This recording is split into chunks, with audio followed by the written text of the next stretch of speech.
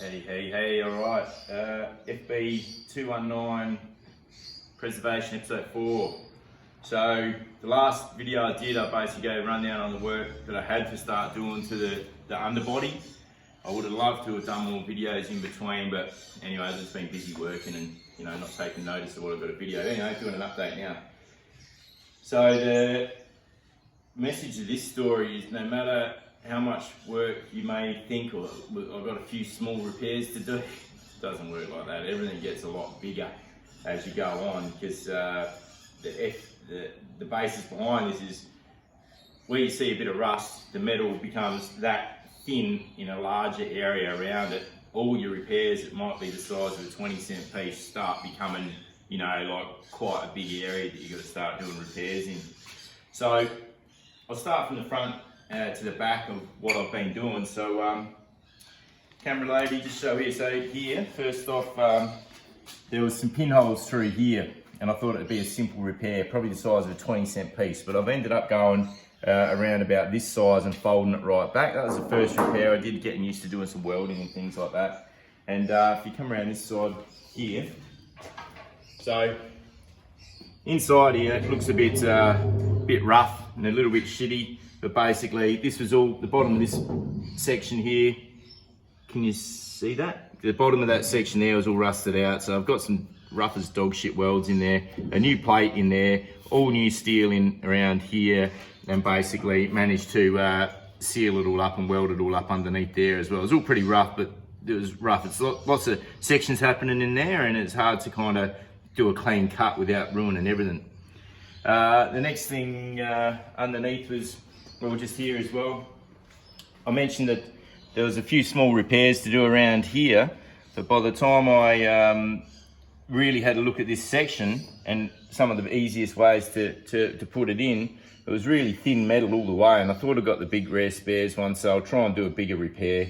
I know it's got a lot of sharp corners here, so I've been learning off other guys on the internet to kind of radius my corners, and anyways, I'll be working on this next. But underneath the car, so these were all thin as paper.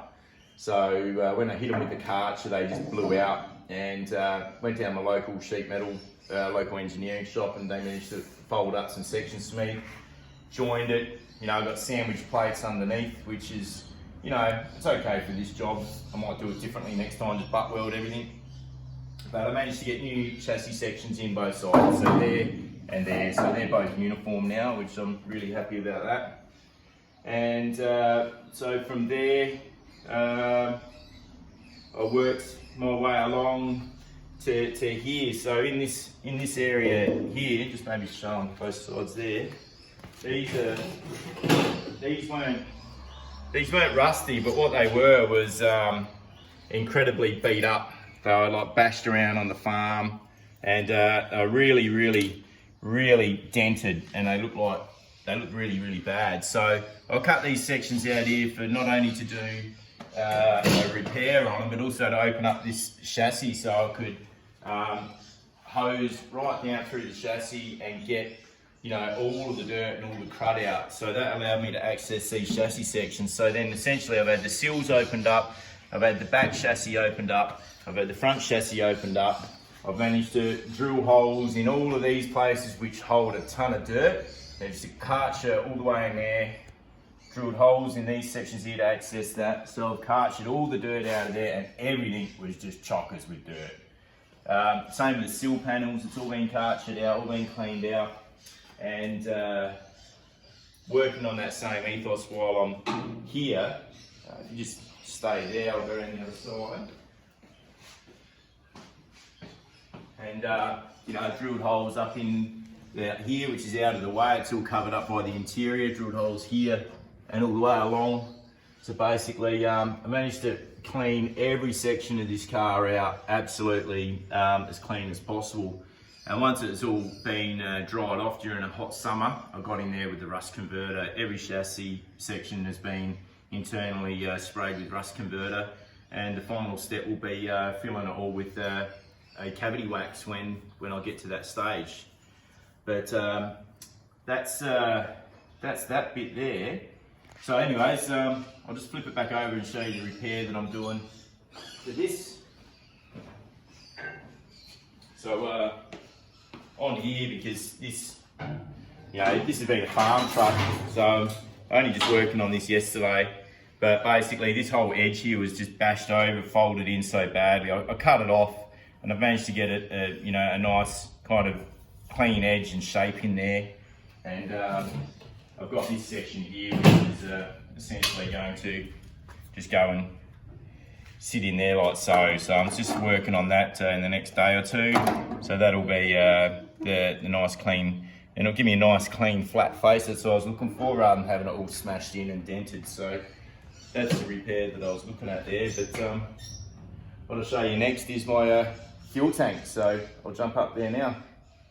All right, so when it came to the beaver panel in the last video, it was all on there, and basically I made the mistake of saying it should be a pretty simple repair, because I was just going to do a couple little patch sections to get the beaver panel right. But it came to light pretty quickly once I started looking at how Holden built these cars. That you got your beaver panel, then you've got a secondary sheet of sheet metal which folds right over, it holds the tank in place. Then you've got this chassis section which has got a top, you can just see that other piece of metal underneath here, which actually encloses this piece of chassis. So there's the chassis, there's the top piece of that, there's this piece which holds the fuel tank, then there's the beaver panel. So you got 4 pieces of material here sandwiched together and all spot welded together. So what started happening because I had to do, cut this section out to do my fuel tank, and also to do the beaver panel repair. So what happened is, before I knew it, it all tied into one massive job. Like, I couldn't just be doing a little dodgy job here, because I had to remove all these layers underneath to really create a good strong base for my fuel tank. So the beaver came out, I just cut straight down there. I ripped the back beaver out without taking a template of it all. So I'm working blind to try and shape that back in there now, which is going to be interesting, but whatever. The next piece that came out was this section here off the old tank, which also was fully rusted.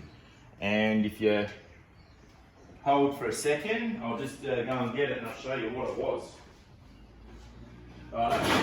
Here it is. Here I ended up managing to keep it, because basically this is the section that came out of basically there on top. So that's where the fuel tank sat. So by the time I took the beaver panel off, which is all spot welded on, and I've suddenly seen I got some serious rust here. So then that was a pretty complex piece for me to manufacture, even though it's only sheet metal and a few bends and welds and that. So then by the time I got this piece off, then it exposed the top piece of what I'll call that rear chassis piece, which also had holes in it. So everything, layer upon layer upon layer upon this section, what looked like just a simple little beaver panel repair, was actually water and moisture in all 4 layers around here, and it turned into a bloody big job. So I'll just pause it and I'll let the camera lady get into another position to show what's going on. Alright, this is kind of what was going on with this section here. So this joins up. I had to cut it clean out, lift all the spot welds up and get that piece out. So as you can see, it's actually a rather integral piece of the back of the car there. So this lip here holds the back of the tank, which was there, and everything else all wraps around, all sandwiches in. Big spot welds here, spot welds all around the back face, and it creates a fair bit of strength in there.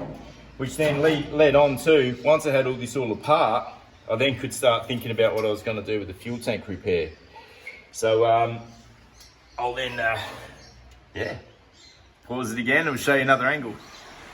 Alright, so basically, now that you've seen you can picture all the back of this here with only this piece of the chassis. So I've got some still photos of all this when I pulled it apart, so I'll try and cut through and show you some photos in maybe as a slideshow at the end of the video, some of how the photos went together. So you picture all of this. So I've had this piece out, and then the original tank surrounds which came through here were rusted on the edges, and it wasn't too bad on this front face here. But so ended up what I did was, after a lot of measuring and a lot of planning, I cut clean, and the inside of this chassis rail is about 15 mil. I cut in a straight line, straight down there, all the way along to the back. The same on the bottom, about 15 mil in from the chassis, cut straight in a straight line all the way along there, pretty much to around this area here where I followed it up in the lip. So then once I had that, I had it equal both sides, and I could start planning the sheet metal that I was going to build in for the tank. So on the front here was exactly the same, but this edge here is almost spot on for where the original tank lip was. So I put I just mated that up exactly the same. So to get my the distances right, so it was all plumb and level, made up a couple of jigs which went between the bottom, the facing here, which is the floor, I don't know, the back floor I guess you'd call it, and jigged it up so to hold it all nice and level and plumb. And once it was all jigged up, I just started tacking it all into place, and it was really just a thing of trial and error. And you know, like I'm pretty happy with the job, how it's all turned out. The tank is actually off at the local radiator place, getting all the fittings and that just soldered into place. So I haven't got that to show you at the moment, but next time I'll be able to show you, hopefully have it all fitted up. So yeah, that's the tank fittings. The tank's all sits in there, looks really good, looks really tough from the back end, having a nice new tank in there. So I'm pretty happy with that, and yeah, learned a lot along the way. So you know, of course, some of these welds are not perfect, but I've got it all just etch primed, and by the time I come around to paint, I'll be able to, you know, fill any flats off if needed, or simply put some spray tar over the top, and it's all going to be pretty good. But what this represents is, honestly, without even doing these back sections, which was, there was probably, for me, being an amateur, there was probably 100 hours in getting all the layers here done in this back section, and the rest of it was probably another 100 hours. This took a hell of a lot of time for me to get this done, but I'm far from professional, and I'm not working fast, I'm learning as I go. So yeah, a lot of work in that. So that's pretty much where I'm up to on this part as well. So I just have to think about what else I've got to talk about. The other thing I did do was I spoke about this tar, like what insulation that was stuck to the roof, about how it was starting to bubble up. So I bit the bullet and got my old heat gun out and worked very slowly with the scraper through this, and the heat gun would only work for a little while before it overheated and shut itself down. So that was a job over a week, and same thing, just the hand action of scraping is hard on the wrist. So I managed to get all that off, and I'm gonna dynamat it. So that's another big job that was just time consuming and fiddly and a real pain in the ass, to be honest, but that's all taken care of now. And the other thing is, I've got my interior. I met a good bloke here in Adelaide that is retired and willing to fix up my interior just the way that I wanted it. So that's all down with him at the moment, getting a few repairs done on it. So yeah, that's all coming together as we speak. So next part for me is just finishing off the chassis repairs underneath, like I showed you with them sections. Moving my way forward to get these floor pans in here, and then yeah, gonna work on just a few other bits and pieces, and slowly keep it all going. And yeah, don't know when I'm gonna have it on the road, but it's certainly time frame of me thinking I'm gonna have it on the road quickly ain't gonna happen. So that's the way it is. But no worries. Thanks. We'll see you next time.